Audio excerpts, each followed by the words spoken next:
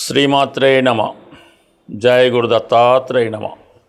ఈ వీడియోలో మనం 2026వ సంవత్సరంలో ఏ రాశుల వారికి అదృష్టం కలగబోతుంది, వారు ఎటువంటి జాగ్రత్తలు తీసుకోవాలి లేదా ఎటువంటి పరిహారాలు పాటించాలి అన్న విషయాన్ని ఈ వీడియోలో పరిశోధనాత్మకంగా నాడీ గ్రంథాల ఆధారంగా మీకు తెలియజేయడం జరుగుతుంది.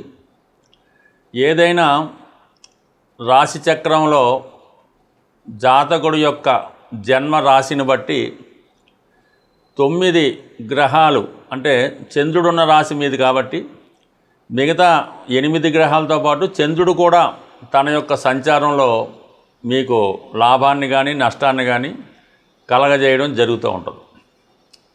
అయితే ఎప్పుడైనా మనకు ఒక గ్రహం బాధిస్తుంది, ఇబ్బంది పెడుతుంది అనుకున్న సమయంలో ఆ గ్రహానికి శాంతి చేయించవలసి ఉంటుంది. అంటే ఇది పరిహార రూపంలో కానీ, దానం రూపంలో కానీ, జప రూపంలో కానీ, హోమం రూపంలో కానీ మనకి ఇబ్బంది పెట్టే గ్రహానికి పరిహారం చేయించుకుంటేనే మనకి అనుకూలంగా ఉపయోగంగా ఉండే గ్రహాలు మనకు అనుకూలించడం జరుగుతూ ఉంటుంది. మనకి ఫేవర్గా ఉన్న గ్రహాలకి పెద్దగా మనం ఈ జప దానాలు లాంటివి ఏం పెద్దగా అక్కర్లేదు.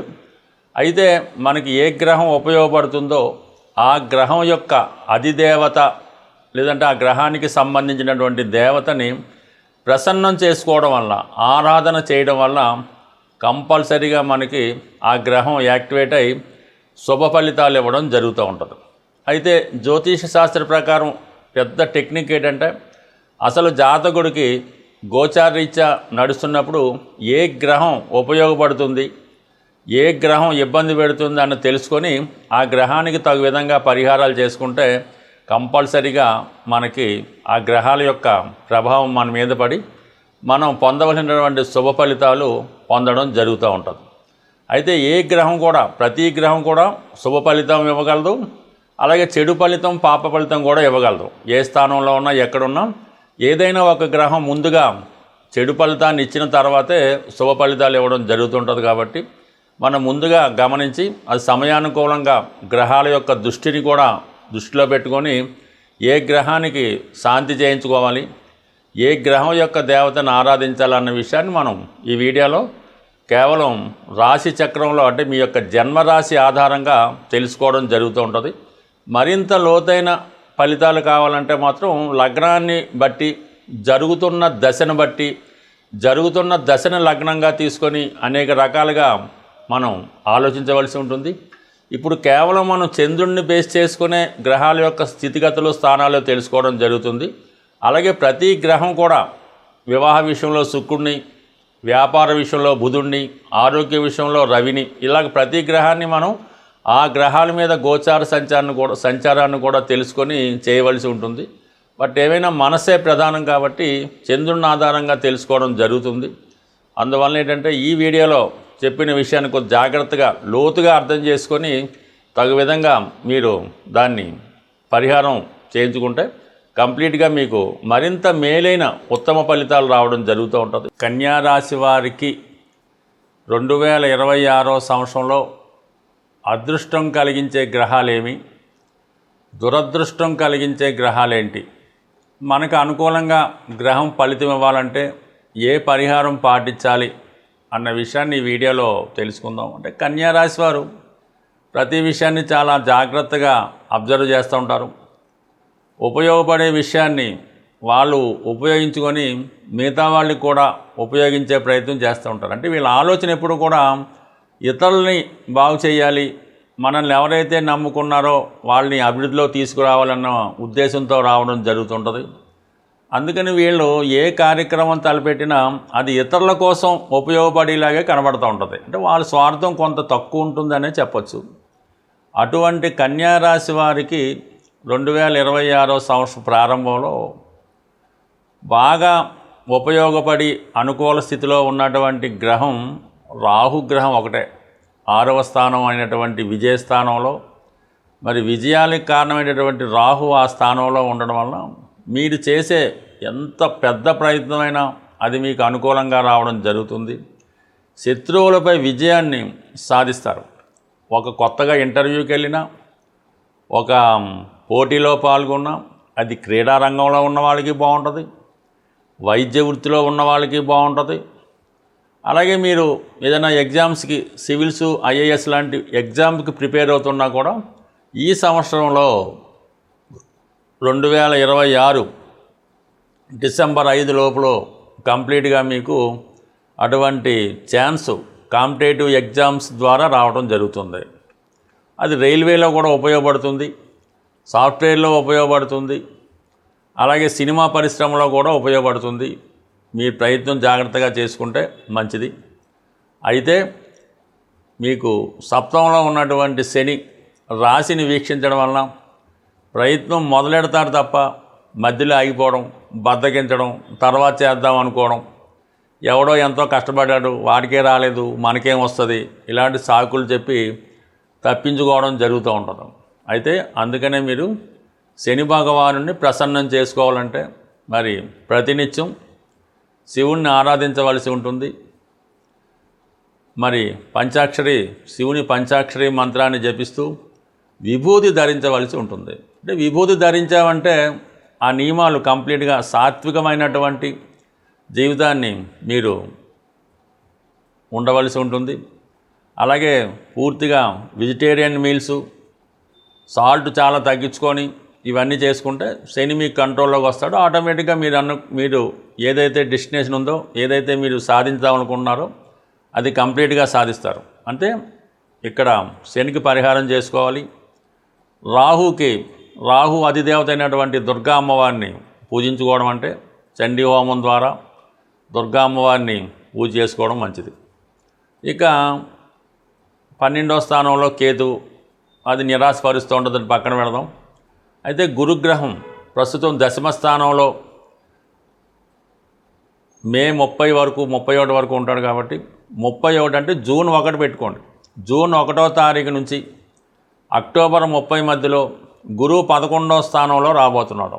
ఆ సమయంలో మీకు గురువు ఉచ్చులో ఉండడం వల్ల మీకు స్థిరాస్తి సంబంధించిన విషయాల్లో, వాహనానికి సంబంధించిన విషయాల్లో మనసుకి సంతృప్తి కలిగించే విధంగా మదర్ నుంచి సహకారం, అంటే జీవితంలో అత్యంత సుఖాన్ని పొందే అవకాశం ఆ సమయంలో వస్తుంది. అలాగే సప్తమాధిపతి లాభస్థితి, అంటే ఉద్యోగ ప్రయత్నాల్లో విజయం లభిస్తుంది, వివాహ ప్రయత్నాలు ఫలిస్తాయి. మీకు ఎప్పుడైతే ఈ స్థాయి పెరిగిందో వివాహ సంబంధాలు కూడా దానికి అవే. ఎప్పుడు జూన్ 1 నుంచి అక్టోబర్ 30 మధ్యలో జీవితంలో మీరు ఏదైతే సాధిద్దాం అనుకున్నారో మీ ఏజ్ని బట్టి, అంటే విద్యార్థులకు ఒకలాగా, మిడిల్ ఏజ్లో ఒకలాగా, వృద్ధులకు ఒకలాగా, ఈ ఏజ్ని బట్టి ఉంటుంది కదా. దాన్ని బట్టి మీకు ఉద్యోగమా, పెళ్ళా, సంతానమా, లేదంటే సంతానానికి సంతానమా, ఇవి ఈ సమయంలో అంటే మీకు జరిగే అవకాశం ఉంది. జూన్ 1 నుంచి అక్టోబర్ 30వ తారీఖు మధ్యలో. అందుకని రాహుగ్రహం ప్రసన్నంతో పాటు గురుగ్రహాన్ని కూడా గురువు యొక్క అధిదేవతగా దక్షిణామూర్తి. అలాగే ముఖ్యంగా చాలా సింపుల్ పరిహారం ఏంటంటే దత్తాత్రేయుడిని పూజించడం వల్ల, ఏదైనా దత్తక్షేత్రాన్ని దర్శించడం వల్ల, అలాగే గురువుల్ని ఆరాధించడం వల్ల, తండ్రి గారిని సేవించడం వల్ల కంప్లీట్గా మీకు అనుకూలత ఏర్పడుతుంది. అయితే మీకు లాభస్థానం కర్కాటక రాశి కాబట్టి ప్రతి పౌర్ణమి రోజు అమ్మవారికి పాయసం నైవేద్యం పెట్టి లలితా సహస్రనామ పారాయణ చేయడం వల్ల కంప్లీట్గా మీ యొక్క జీవితంలో మీరు ఏదైతే కోరుకుంటున్నారో అది ఈ సంవత్సరంలో మరి గురువు 11లో ఉండగా మీకు సిద్ధించే అవకాశం ఉన్నది. ఏదైనా మీరు శని భగవాను సంబంధించిన పరిహారం చేసుకోవాలి, రాహుకి ప్రసన్నం చేసుకోవాలి, చంద్రగ్రహాన్ని ప్రసన్నం చేసుకుంటే జీవితంలో సెటిల్మెంట్ అన్నది మీకు ఈ సంవత్సరంలో రాబోతుంది. గ్రహాల యొక్క అనుగ్రహం, ఆగ్రహం ఏదైనా సరే ప్రతి జాతకుడి మీద ఉండడం జరుగుతూ ఉంటుంది. అయితే గ్రహాల్ని ప్రసన్నం చేసుకునే ప్రయత్నంలో ప్రతి ఒక్కరూ విధి విధానంగా వారి యొక్క ఆచారాన్ని బట్టి కంప్లీట్గా సూర్య నమస్కారం ఒకటి ప్రతిరోజు రెగ్యులర్గా చేసుకోవాల్సి ఉంటుంది. ఎవరైనా సరే ఏదో మంచం మీద ఉండి లేవలేని పరిస్థితుల్లో ఉన్నవాళ్ళు ఎవరైనా ఉంటే వాళ్ళు ఎగ్జామ్షన్ తప్ప ఓపిక ఉన్న ప్రతి వాళ్ళు కూడా ఈ సూర్య నమస్కారం అన్నది చేసుకోవడం వల్ల చాలా సమస్యల నుంచి బయటపడడం జరుగుతూ ఉంటుంది. దాని తర్వాత గోసేవ అన్నది చాలా ఇంపార్టెంట్. అంటే గోసేవ అంటే ఏదో ఒక గోశాల నిర్వహిస్తూ ఉంటారు పెద్దలు. అక్కడికి వెళ్ళి ఏదో ఆవుకో బెల్లం మొక్కో అటుకులో అది కాదు సేవ అంటే.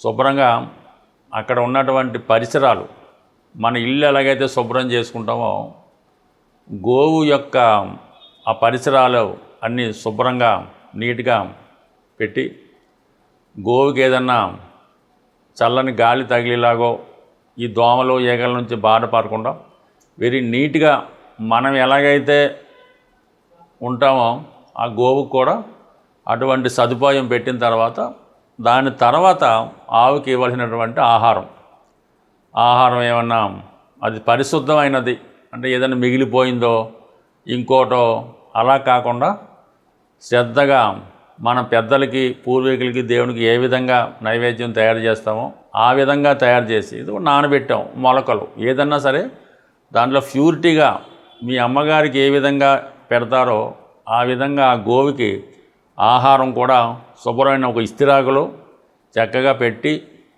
ఆ ఆవు తింటున్నప్పుడు మరి ఒక 3 ప్రదర్శనలు చేసి నమస్కారం పెట్టుకోవడం వల్ల కంప్లీట్గా ఆ గోవు యొక్క అనుగ్రహాన్ని పొందడం జరుగుతూ ఉంటుంది. సో ఈ విధంగా చేసుకుంటూ కంప్లీట్గా ఈ 2 చేసుకుంటే చాలు, మిగతా అన్ని సకల దేవతల్ని పొందే అనురాగం వస్తుంది. దాని తర్వాత చాలామంది ఈ మధ్యకాలంలో ఎవరైతే మీ కుటుంబంలో ఉంటారో తల్లి ఉండొచ్చు, తండ్రి ఉండొచ్చు, పెద్దలు ఉండొచ్చు, అత్తగారు మామగారు ఉండొచ్చు, ఎట్టి పరిస్థితుల్లో కూడా మీకు ఎంత కోపం ఉన్నా వారిని ఆకలితో మాత్రం ఉండనివ్వకండి.